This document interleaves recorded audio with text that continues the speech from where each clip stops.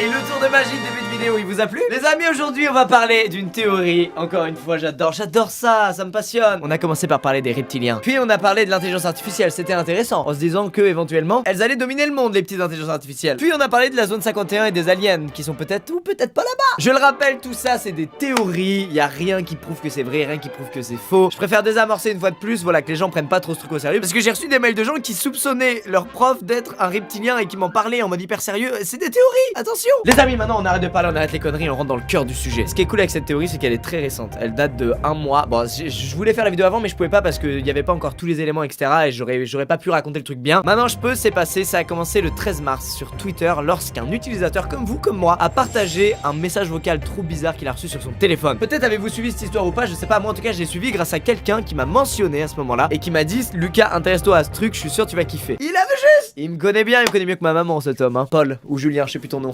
Peut-être Thierry. Bref, le 13 mars, un utilisateur du nom de Tai demande de l'aide au Twittos pour déchiffrer un message vocal trop bizarre qu'il vient de recevoir. Alors ce message vocal, qu'est-ce qu'il raconte? Eh ben écoutons-le ensemble. Sierra, Delta, Alpha, November, Golf, Echo, Romeo, Sierra, Oscar, Sierra. N'est-ce pas creepy sans déconner? Imaginez-vous recevoir ce message sur votre boîte mail. Moi j'aurais fait comme ça et j'aurais partagé sur Twitter, j'aurais dit qu'est-ce qui se passe? Qu'est-ce qui m'arrive? Alors les tweetos sont immédiatement intéressés à son tweet. Il y a eu plus de 150 000 RT sur son truc parce que tout le monde s'est dit what the fuck, qu'est-ce que c'est que ce bordel? Le message utilise l'alphabet phonétique de l'OTAN, c'est ce qui est entre autres utilisé pour les communications radio parfois. C'est un truc qui est utilisé normalement surtout par l'armée ou les secours ou la police. Pour le déchiffrer c'est assez simple, en gros faut juste garder la première lettre de chaque mot et ça te donne d'autres mots. Voilà, par exemple, je sais pas moi, pour dire Squeezie, ben tu dis Sierra, Québec, uniforme, Echo, Echo, Zulu, India, Echo. Voilà, ça fait Squeezie. Ok, je vais pas vous faire travailler aujourd'hui, vous pouvez ranger les stylos et les cahiers. Tai a déchiffré le message vocal pour nous et ça donne danger SOS. It is dire for you to evacuate because you they are not human. SOS, danger SOS. Ce qui en français nous donne danger SOS. Il est terrible pour vous d'évacuer. Soyez prudents, ils ne sont pas humains. SOS, danger SOS.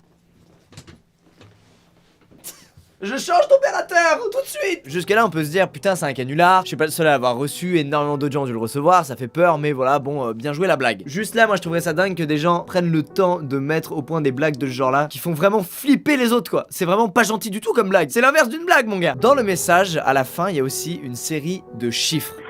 0429339642330. Et généralement une série de chiffres c'est forcément un truc à déchiffrer, ça se balance pas comme ça signifie forcément quelque chose. Alors les tweetos, ces bons tweetos qui ont le flair, qui ont l'enquête dans le sang là, qui ont trop regardé d'Eric, eh ben ils enquêtent mon gars. Et ils enquêtent très bien putain. Une tweetos du nom de Erin Mahoney 6, j'espère que j'écorche pas son nom. De toute façon elle est pas française, je m'en bats les couilles, elle tombera jamais sur cette vidéo. Bref elle a eu l'idée de taper les chiffres dans Google Maps comme si c'était des coordonnées. Et il se trouve que ça donne un endroit très proche de celui où on a perdu le contact avec le vol numéro 370 de Malaysia Airlines. Le fameux avion qui a disparu. Je sais pas si vous avez entendu parler de cette histoire, c'est un truc de malade, c'est un mystère total. Ça s'est passé en 2014 et à l'heure actuelle on a retrouvé quelques débris en 2015, mais on n'a pas retrouvé le gros de l'appareil, on sait pas ce qui s'est passé, l'histoire est très étrange. Et ça, normalement, ça n'arrive jamais. Il peut y avoir des crashs d'avion, mais on sait à peu près ce qui s'est passé, notamment grâce aux fameuses boîtes noires. Et surtout, ça disparaît pas des écrans radars comme ça. Là, l'avion a disparu sans aucune raison. C'est un mystère total. Je vous avoue, j'ai pas trop enquêté sur ce sujet-là parce que j'ai déjà peur de l'avion. Si je me mets à psychoter là-dessus, je vais péter un câble, je vais plus jamais partir en voyage, c'est fini. Donc, je me conserve à propos de ce sujet, mais voilà, c'est un mystère de fou. Vous pouvez enquêter de votre côté là-dessus si vous voulez. Et on en est donc au point où le fameux message reçu dans la boîte vocale du mec est relié au vol 370 disparu de Malaysia Airlines en 2014. Soi-disant. Attention, les coordonnées sont très proches et coïncident fortement, mais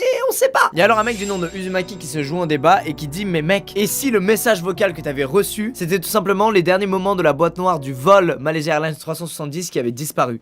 Damn it! Alors pour ceux qui savent pas ce que c'est une boîte noire, c'est un truc qui est dans l'avion qui enregistre tout ce qui se passe et comme ça en cas d'accident ou de crash, et ben on la récupère et on analyse les données pour comprendre ce qui s'est passé et pour pas que ça se reproduise. Voilà, ça a contribué au fait que l'avion soit le moyen de transport le plus sûr du monde. Il y a eu pas mal de théories sur la disparition de cet avion, dont énormément qui parlent d'aliens qui auraient kidnappé l'avion ou à l'intérieur de l'avion l'un des passagers était pas humain et voulait du mal aux gens, enfin bref. Alors qu'est-ce qui s'est passé avec ce putain d'avion et est-ce que ce que Tai a reçu sur sa messagerie c'est bel et bien la boîte noire qui lui a parlé? Est-ce que quelqu'un a pris contrôle de l'avion? Est-ce que quelque chose a pris contrôle de l'avion? Ah, Internet devient fou! Mais alors pourquoi les infos de cette boîte noire auraient atterri dans la messagerie de notre ami Tai? Ça n'a rien à foutre là, qu'est-ce qui s'est passé? Uzumaki continue dans sa théorie des boîtes noires et il dit qu'il y a eu des grosses tempêtes solaires, que quand il y a une tempête solaire ça augmente le magnétisme dans l'air et qu'en augmentant le magnétisme dans l'air, le signal aurait été amplifié pour atteindre le téléphone de Tai. C'est un peu gros comme théorie, là on commence à se dire ok on est définitivement dans de la fiction, mais c'est pas tout! Le lendemain, Ty reçoit des tas de messages d'inconnus parce que son tweet attire la curiosité mais de milliers de personnes. Il lâche des screens de certains de ses messages, dont l'un qui est écrit en indonésien et l'autre qui est écrit en code morse. Il va alors traduire celui qui est écrit en indonésien et ça nous donne en français: évacuez, s'il vous plaît, envoyez de l'aide, il y a des prisonniers, c'est l'effondrement des nations. Je vous ai aussi dit qu'il avait reçu un message en code morse. Très connu, hein, le code morse, c'est un peu chiant à décoder, mais bon voilà, quand t'as un peu de temps tu peux. Et le message décodé nous donne They are taking over, ce qui en français nous donne ils prennent le contrôle, toujours avec une date, la date du 18 avril 2018. C'est toujours pas passé au moment où la vidéo sort.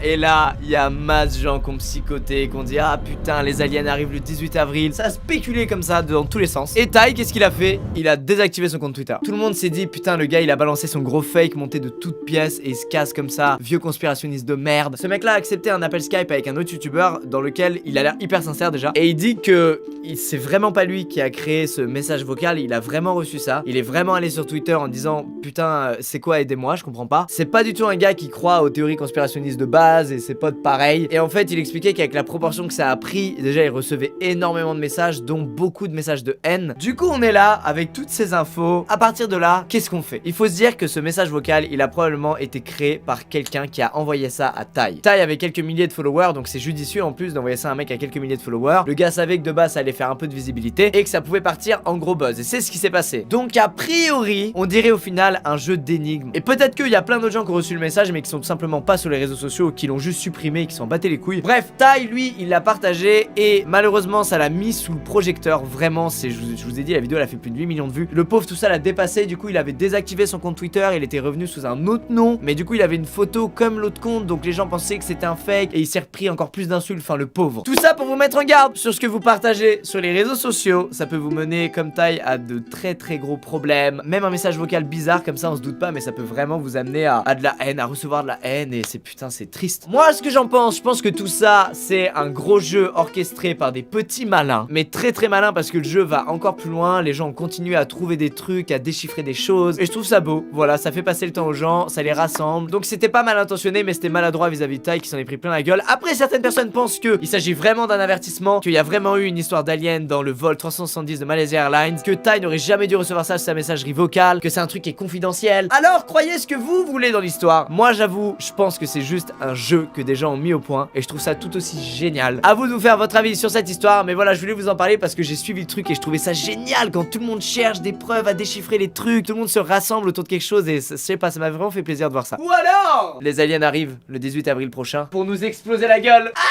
Merci d'avoir regardé la vidéo, je vous fais des gros bisous, c'était génial, n'hésitez pas à l'aimer si elle vous a plu, si vous voulez d'autres théories comme ça. J'adore en ce moment vous parler de ça, j'espère vraiment que ça continue à vous plaire, on apprend des trucs. Alors là, il y avait pas trop de science contrairement à l'intelligence artificielle ou la zone 51, c'est vraiment que des théories, c'est juste l'histoire d'un mec qui a reçu un message et je trouve ça fou en fait, qu'en 2018 il y a des gens, ils ont une vie normale et d'un coup ils reçoivent un truc, ils sont sous le projecteur, ça fait des millions de vues, tout le monde en parle, les médias relayent le truc, c'est fou, on est dans une époque de malade mon gars. Je vous dis à très vite dans une prochaine vidéo, peut-être gaming, peut-être on parlera comme là, je sais pas. Portez-vous bien, big bisous, à très vite.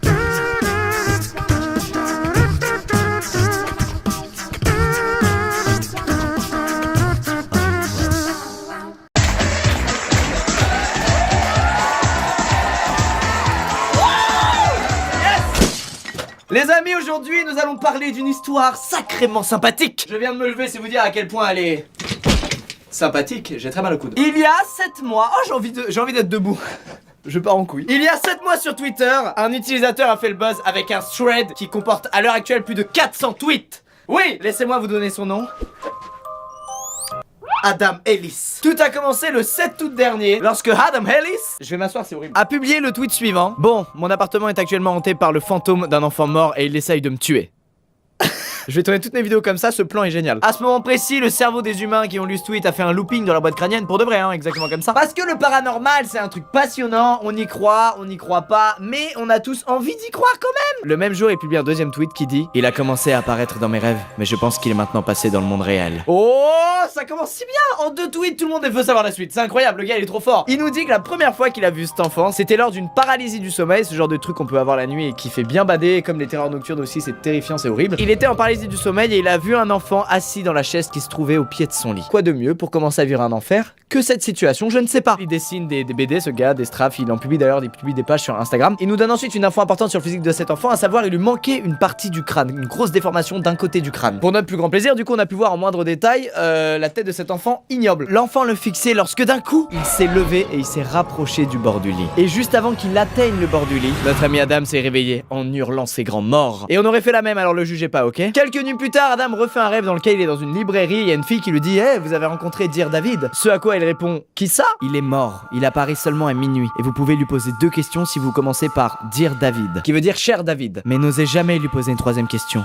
ou il vous tuera. Alors là on connaît bien le coup du minuit, gna gna gna, dame blanche, dame blanche, dame blanche, gna gna. Wow! Sachez-le, toutes les histoires qui commencent par à minuit pile sont fausses, elles sont toutes fausses. Je l'ai fait moi Dame Blanche, ok? J'étais en sueur de mon pyjama mec, j'ai failli me pisser dessus, il s'est rien passé. Après peut-être mon charisme imposant a fait fuir Dame Blanche, faut dire ce qui est bon. Là notre cher Adam nous dit qu'il se chiait dessus, qu'avoir 2 rêves qui parlent de la même chose, effectivement c'est assez flippant. C'est sûrement arrivé déjà à pas mal de gens d'entre vous quand t'as des cauchemars qui sont reliés les uns aux autres, qui se suivent alors que c'est pas la même nuit. Ça fait vraiment flipper parce qu'on a l'impression que c'est très réel. Il nous dit ensuite que plusieurs semaines sont passées sans qu'il ait de nouvelles de David. Oh, c'est pas plus mal hein, vu sa gueule, je suis désolé, personne n'a envie de revoir cette personne, bon. Jusqu'à un jour où David apparaît de nouveau dans un rêve de Adam. Dans la même situation, le putain de David est assis dans la chaise au pied de son lit et il fixe Adam. Je sais qu'il y a plein de gens qui font ce genre de rêve, mais moi j'ai des potes qui ont déjà fait ce genre de rêve où il y a un truc au bout de leur lit qui les fixe. Et moi-même quand j'étais petit j'ai fait ce genre de rêve, donc rien d'alarmant pour le moment. C'est alors qu'Adam se souvient de ce que la fille de la librairie lui avait dit et il lui demande alors Dear David, comment es-tu mort? David répond alors un accident dans un magasin. Qu'est-ce qui s'est passé dans le magasin? Quelqu'un a poussé une étagère sur ma tête.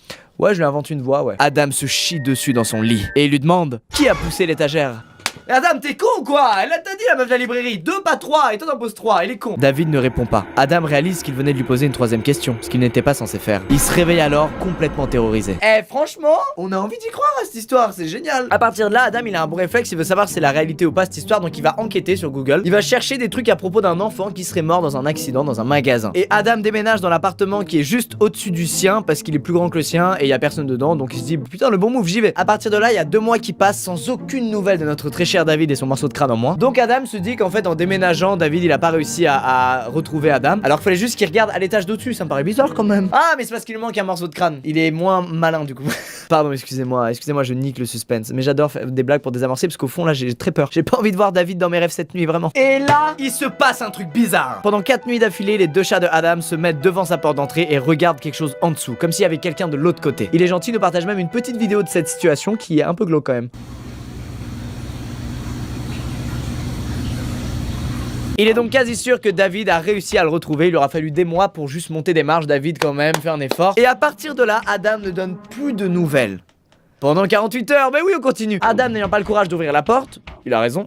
Moi j'appelle la police immédiatement. Adam décide de prendre 2 photos, l'une à travers l'œillère de la porte et l'autre après avoir ouvert la porte. Et en regardant ces 2 photos, il a l'impression de voir sur celle à travers l'œillère quelque chose. Et effectivement Adam, il y a un peu de poussière sur ton œillère, tu devrais la nettoyer légèrement.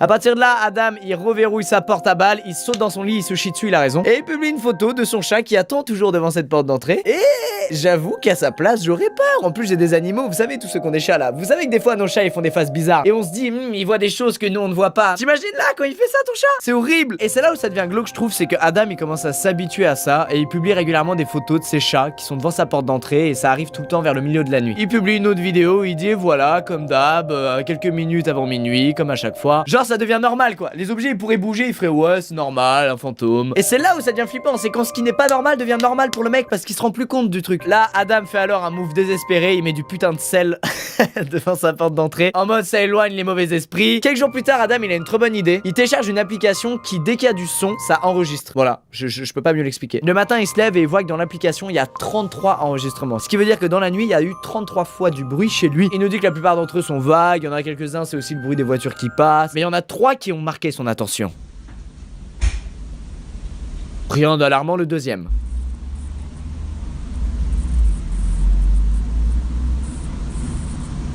Ok, un petit bruit électrique, ça peut arriver aussi. Bon, avec toute l'électronique qu'on a chez nous, c'est totalement envisageable.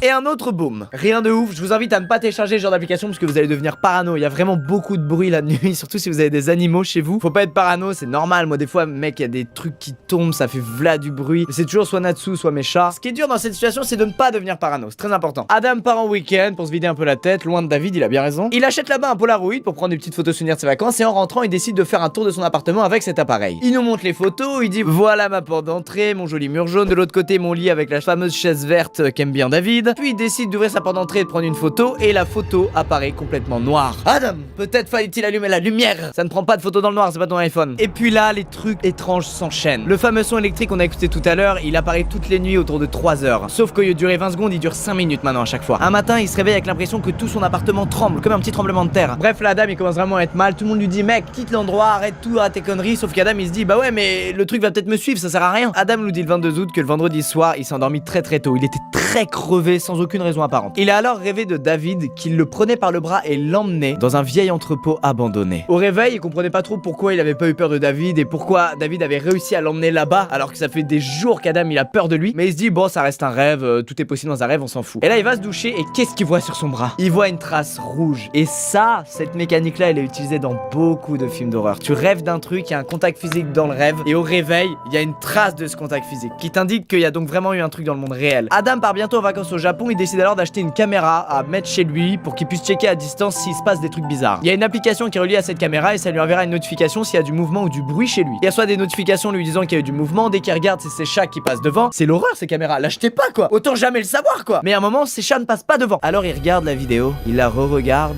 et regardez bien la chaise.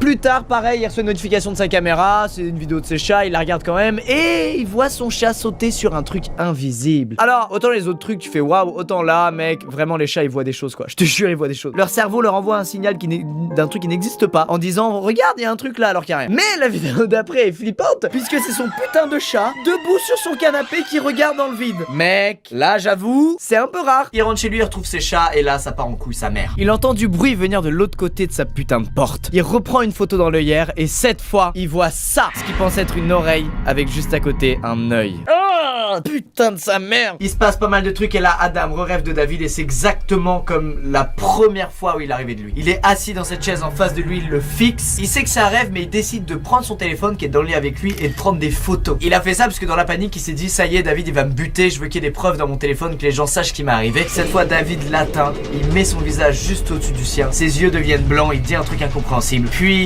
il est debout sur le lit de Adam. Et Adam se réveille dans la panique sa mère et il n'y a aucune trace de David. Adam en se réveillant va au travail et à un moment il se souvient du rêve, il se souvient qu'il a pris des photos cette fois dans le rêve et il décide d'aller voir dans la pellicule de son téléphone. Et là...